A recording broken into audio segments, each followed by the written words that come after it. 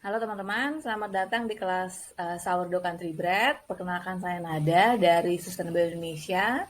Saya juga home baker yang sehari-harinya suka iseng baking di oven saya yang mungil 21 liter. Itu dulu ya, sekarang udah ganti sih jadi 60 liter. Tapi dulu awal-awalnya bikin sourdough country bread ini di oven yang kecil banget.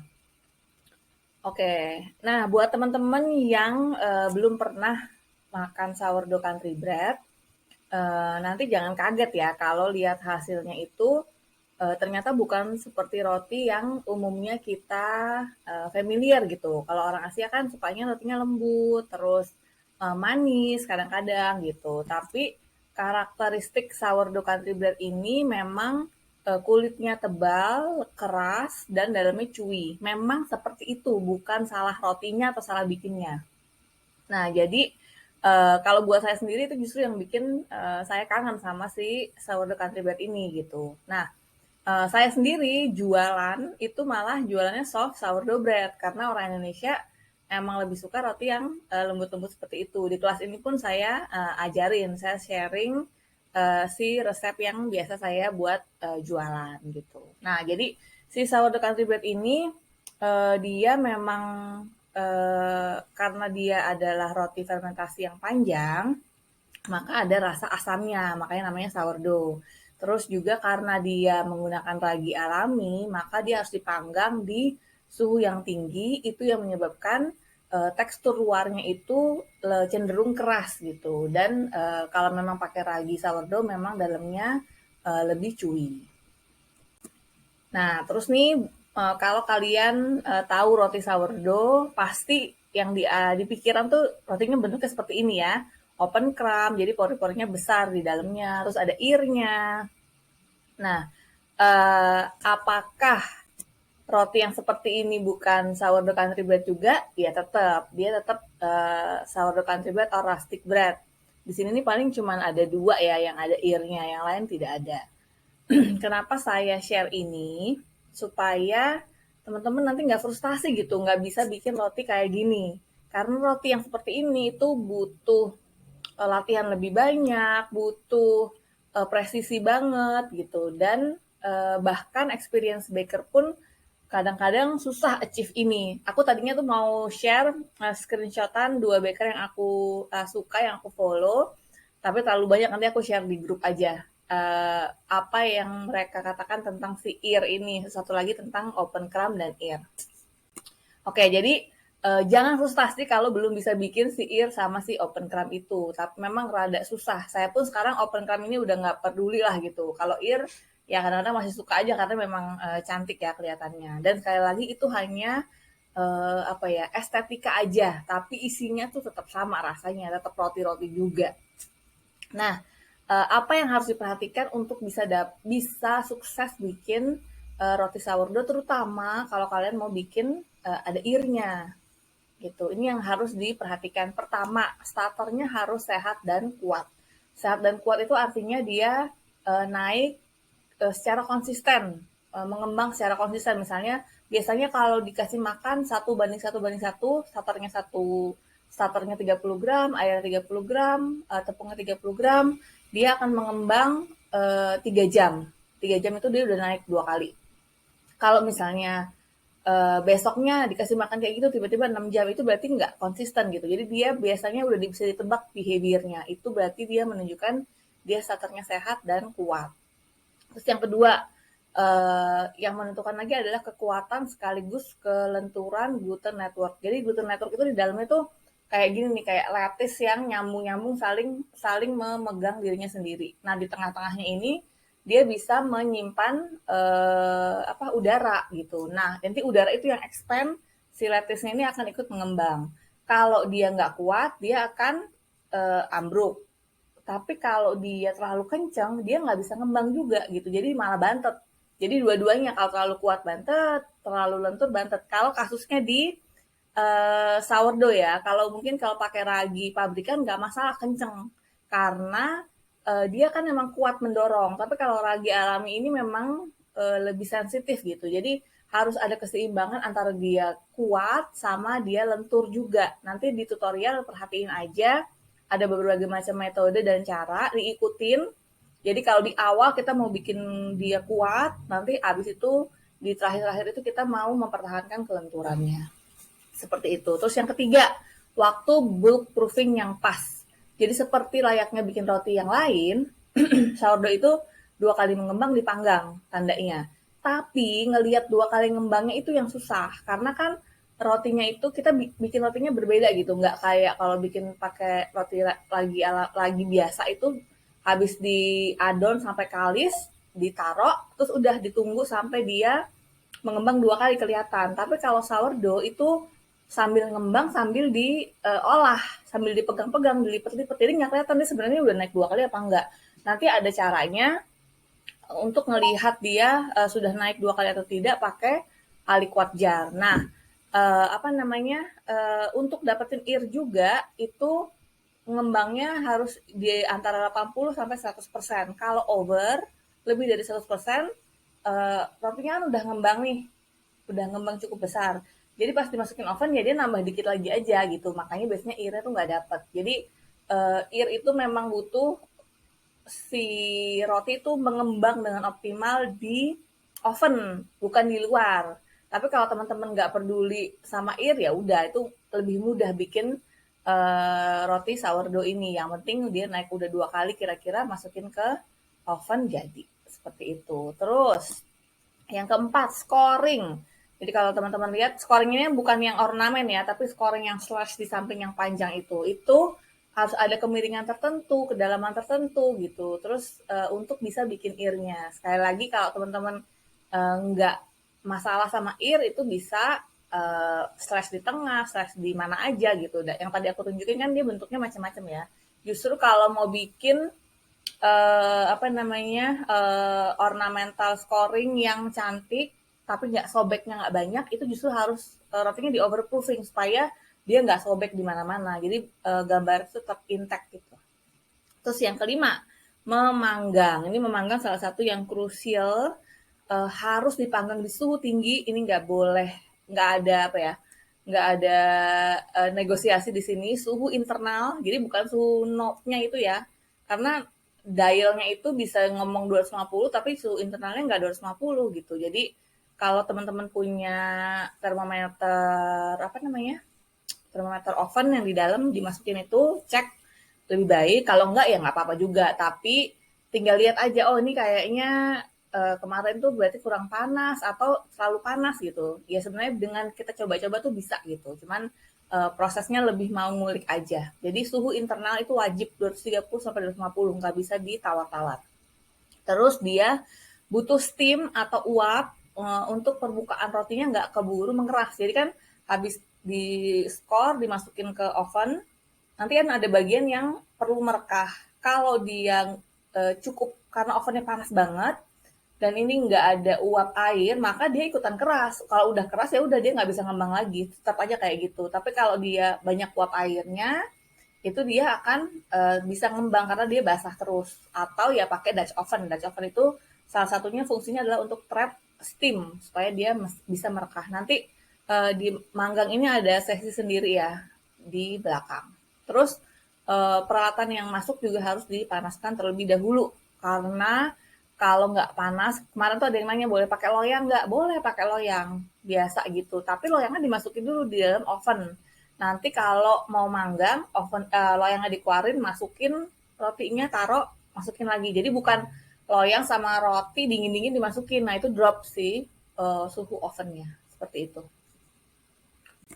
Oke, jadi kalau kita mengikuti 5 hal yang tadi, satu persatu itu nggak boleh ditawar-tawar ya. Misalnya kayak, oh satu nggak dua nggak dilakuin, cuman manggangnya yang benar ya. Dia harus berurutan, dipenuhinya gitu.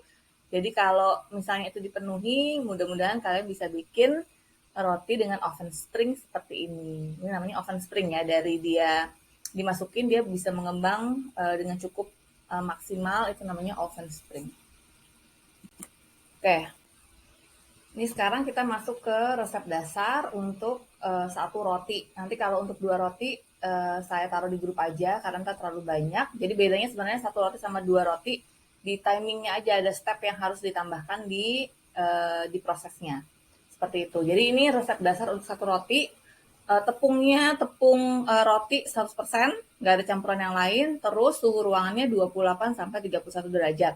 Lebih tinggi 32 masih oke lah ini. Tapi kalau udah 27 ke bawah, sebaiknya kalian bikin timing fermentasi sendiri. Nanti ada caranya di belakang, gimana caranya menentukan waktu fermentasinya. Karena beda suhu, dia beda lagi waktu fermentasinya ya. Jadi kita mulai dengan feeding starter. Feeding starter ini kalau tulisan feeding starter itu artinya kita memberi makan starter dengan tepung dan air. Kalau tulisannya 1:1:1 berarti kita kasih makan misalnya ini dengan 40 gram ya. 40 gram starter, 40 gram air, dan 40 gram tepung. Kalau misalnya tulisannya 1:2:2 berarti starter yang 40 gram, air 80, tepung 80 gitu. Tergantung kebutuhan kalian. Di resep ini nanti mau diambil 70 gram. Jadi makanya dikasih makannya air 40, tepung 40, nanti kan dikombinasi jadi 80 gram tuh. Nanti 70-nya diambil. 10-nya kemana? Biasanya 10-nya tuh nempel-nempel di sisi-sisi botolnya, jarnya. Jadi itu nggak apa-apa. Jadi selalu ada kasih spare sedikit supaya nanti starter awalnya itu nggak berkurang terus gitu. Oke, jadi habis kita feeding, kita tunggu. Nanti kalau dia minimal naik 2 kali, baru kita campurkan ke adonan. Sisanya balik lagi ke kulkas. Oke, setelah di feeding, kita lanjut ke sini. Jadi tadi starter yang sudah naik 100%, diambil 70 gramnya, dicampurkan ke resep ini. Tepung roti 350, air 245, kita bermain di 70% hidrasi, sama garamnya 7 gram. Nah, caranya adalah, ini juga ada di tutorial ya, kalian bisa lihat di sana lebih jelas. Cuman di sini saya tulis sampai sampai memanggang. Kalau di video tutorialnya itu cuman stop sampai di masukin ke kulkas cold ferment. Habis itu manggangnya di video tutorial lain karena memanggangnya pun banyak banget caranya gitu. Jadi biar nggak terlalu banyak di satu video. Oke, di sini yang saya mau garis bawahin adalah yang namanya bulk fermentation atau dia mengembang 2 kali itu yang kita mau perhatikan. Itu adalah ketika ini agak turun nih ininya. Sorry ini. Jadi ya ini salah ya. Jadi bulk fermentation itu adalah dari mencampurkan starter sampai dia masuk ke kulkas untuk cold ferment atau untuk bake gitu. Jadi bulk fermentation itu dihitungnya dari starter dicampurkan sampai roti siap masuk ke kulkas. Itu dia naik 2 kali, mengembang 2 kali. Kalau yang mau bikin harus presisi 80% sampai 100% naiknya. Jadi dia agak under sedikit atau pas. Kalau over, dia nya nggak bisa terbentuk karena udah ngembang dengan cukup banyak. Tapi tetap jadi roti ya, sekali lagi.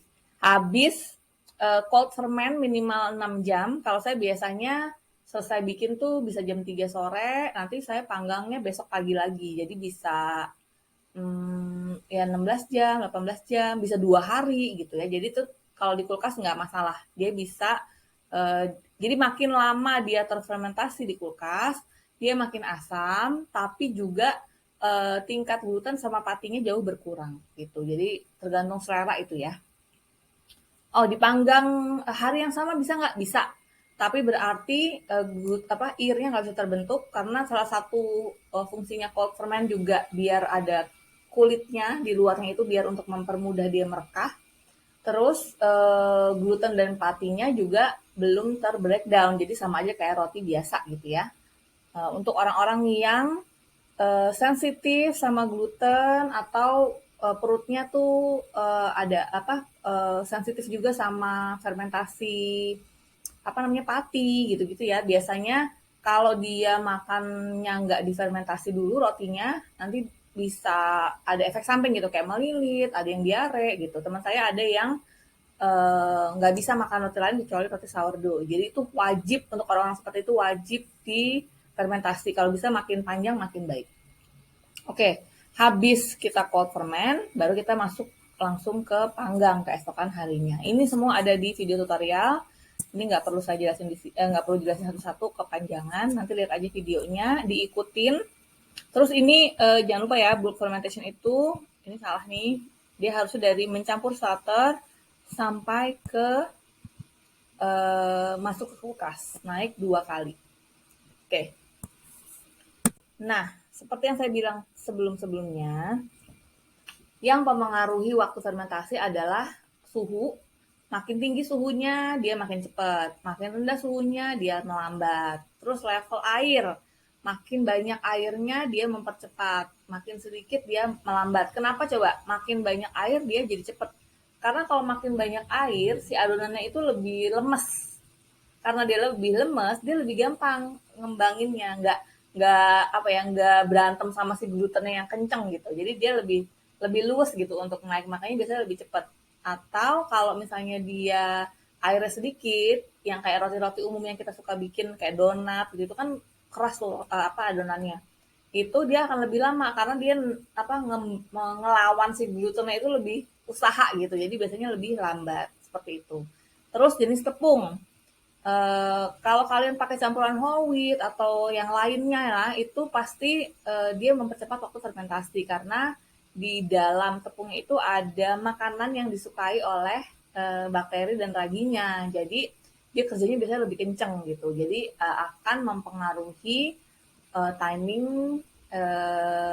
si rotinya, si bulk fermentation rotinya. Kalau whole wheat 10%, jadi 90% tepung biasa, 10% whole wheat masih nggak terlalu berubah. Tapi kalau udah 20 ke atas tuh biasanya dia ada perubahan gitu. Jadi kalau teman-teman resepnya beda dari saya dari segi suhu, level hidrasi, sama jenis tepung, maka wajib mencari tahu bulk fermentation time-nya berapa. Karena pasti bisa beda dengan yang punya saya. Nah, gimana cara menentukannya? Ini dia kunciannya, namanya aliquot jar. Jadi ini bisa menentukan kapan bulk fermentation selesai. Tadi kalau kalian teman-teman lihat di resep, jadi si adonan itu kalau udah lagi proses ngembang tuh ya dia lipet, di shape, di macam-macamin lah. Banyak banget prosesnya sambil dia ngembang. Karena sambil dilipet-lipet itu kan nggak kelihatan. Ini adonan udah naik 2 kali apa belum. Plus kita kalau mau bikin ir itu mesti presisi. Nggak cuma kira-kira ini udah naik 100% nih kayaknya gitu. Jadi itu yang suka bikin susah orang menghasilkan ir karena mengira-ngiranya itu nggak kelihatan gitu. Nah ini ada cara namanya pakai aliquot jar. Aliquot jar itu sebenarnya adalah kita ngambil sampel sedikit dari adonan yang sudah tercampur oleh starter, diambil sedikit dimasukin ke jar. Jarnya mirip kayak kalau untuk starter ya, jadi pinggirnya tuh yang lurus gitu supaya kelihatan dia benar-benar udah naik 100% apa belum gitu. Jadi begitu kita campur starter, nah harusnya kan begitu campur starter langsung diambil. Tapi kalau saya habis campur starter diamkan dulu setengah jam baru diambil. Kenapa seperti itu? Sorry, malah 1 jam ya. Habis itu dicampur garam dulu, baru didiamkan lagi setengah jam, baru diambil. Jadi koil 1 ngambil sampelnya. Kenapa begitu? Karena aliquot jar ini, sorry di sini ada di sini. Aliquot jar itu ada kondisinya ya, di mana dia bisa terbaca dengan baik. Pertama, adonan harus benar-benar tercampur sempurna, sehingga sampel yang diambil itu merepresentasikan komposisi yang ada di adonan utama. Makanya begitu starter dicampur, saya nunggu garam dulu dicampur, baru nunggu lagi setengah jam supaya dia benar-benar sama gitu, homogenes ininya, adonannya, baru diambil. Plus di 1 jam pertama itu belum terjadi apa-apa, dia belum naik, masih diem-diem aja si raginya, jadi nggak masalah gitu ya. Jadi kalau lihat di resep itu nanti koil 1 baru diambil sampelnya. Terus jar sama adonan harus di suhu yang sama. Jadi kalau ditaruh jangan berjauhan. Kalau bisa bahannya itu juga suhunya tidak terlalu jauh beda suhunya gitu. Karena kan akan mempengaruhi juga gitu ya. Terus aliquot jar ini membantu menemukan timing resep baru. Jadi kalau pakai resep yang saya punya suhu sama jumlah tepung sama jumlah air sama nggak usah pakai aliquot jar. tetap ikutin seperti resep aja. Jadi hanya untuk resep baru gitu. Nah, ini cara membaca aliquot jarnya. Jadi, cara menentukan timingnya adalah di awal kan sampel diambil, itu coil 1. Terus, nanti coil terakhir itu ketika dia udah 50%. Jarak antara coil, nanti kalian lihat aja, mungkin dari sampel diambil sampai dia naik 50% itu 4 jam misalnya. Nah, oh aku mau jarakin antar coil 1 jam, berarti kalian ada 3 coil seperti itu ya. Jadi ini bisa disesuaikan sendiri. Jadi kita mau lihat waktu fermentasinya aja. Terus kalau 80% dia waktunya di shape. Terus nanti kalau dia udah 100% berarti waktu masuk ke kulkas. Shape dari dia 80% ke 100% ini umumnya ya setengah jam biasanya gitu kalau di roti. Jadi teman-teman bisa kira-kira pakai aliquot jar ini. Jadi tentunya waktu di awal bikin resep baru mungkin nggak terlalu presisi. Jadi bisa gini nih, habis ambil sampel di awal, terus kalian langsung aja coil misalnya setiap 1 jam atau setiap 45 menit sambil dilihat tungguin ininya. Kalau udah 50% stop. Berarti kita tinggal nunggu 80% terus kita shape, terus habis itu 100% di cold ferment. Seperti itu ya. Itu caranya membuat resep baru dengan menggunakan aliquot jar ini.